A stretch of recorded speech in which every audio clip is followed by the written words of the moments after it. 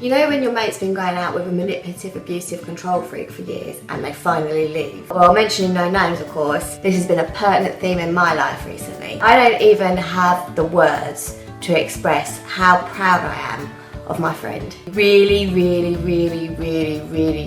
proud. Really proud. A lot of people, myself included, can have a hard time understanding why, if you're in a relationship that puts you or your kids in danger, why you wouldn't just grab a toothbrush and a clean pair of pants and get the hell out. But actually, it's not that simple. First thing I learned about abusive partners is that they completely break your confidence. I try and keep profanity down to a minimum on austerity blows, but they really have an unparalleled talent for making the victim feel incredibly shit. Like they can't do anything, like they're worthless. They isolate the person. Maybe they'll stop the person having a phone or the internet. So eventually their friends stop calling and their family just don't really know what to do. They use emotions like fear and anger to manipulate their partners. And because no one wants to think that they're with an arsehole, victims end up making excuses for their partners as a coping mechanism to try and normalise the world of crap that they're being put through. Some partners are able to strip a person of both their identity and their financial independence by making it impossible for them to work. This could include outright forbidding, harassing the person at work, so it's both humiliating and impractical for them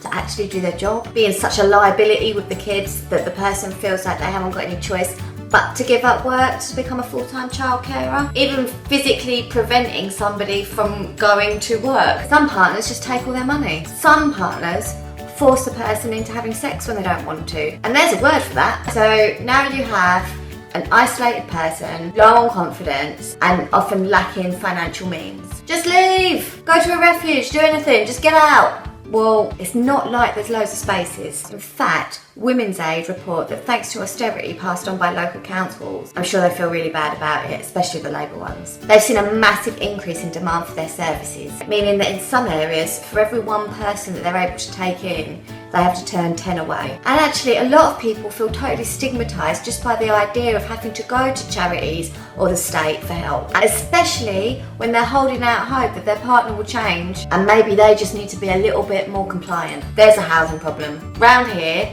there's not a lot of it, it's really expensive, and if you're not working, you have to find a landlord that's okay with that. Getting enough money for a deposit and to move out without your controlling partner noticing isn't easy. By this point as well, there's a good chance that your mental health is in tatters. You may or may not have come onto the radar of the overstretched social services. Generally, as long as everyone's turning up at school and has all their limbs intact, may not be able to prioritise you on their ever-growing caseloads. You could call the police, but how many abusive partners actually end up getting convicted? Not many. So it's a really shit situation, and as much as just leave seems like really good advice, actually for a lot of people it is wildly impractical. So what can you do? Well, first of all, if you're actually in this situation, get some proper advice from some professionals, not a woman with an iPad. Secondly, I think that we all need to recognise that victims of abusive partners aren't just a handful of poor unfortunate souls. They are ordinary, usually women, of all races and backgrounds, and it can happen to anybody. We can't afford to have a passive attitude about service provision. If local councils say they can't afford the services necessary, they need to provide them anyway, and demand that central government give them the funds to meet the needs of the population. Yes, it's awkward, but is it worse than people sticking it out in fundamentally abusive relationships?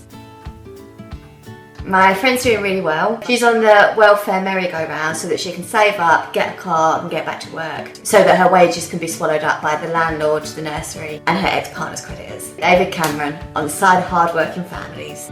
I had a bit of a philosophical crisis about whether or not I should even upload this because I was worried about there being repercussions for my friend. But she said it was cool, and actually intimate partner abuse persists because we don't talk about it enough. And bastard that he is, he's not responsible for the systematic destruction of the welfare state, which is equally the villain of the piece. See you later.